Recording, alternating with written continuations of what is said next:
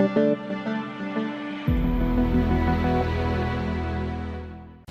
to hard reset Vivo Y73s. Step 1. At first, turn off the Vivo Y73s.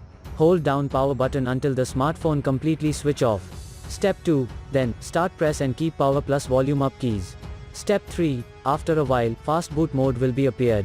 Use volume rocker for navigating and power button for select. For further detailed guide, please check the link in the description. There you will find further steps on how to hard reset your smartphone.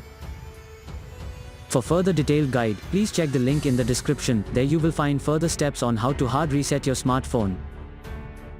For further detailed guide, please check the link in the description. There you will find further steps on how to hard reset your smartphone.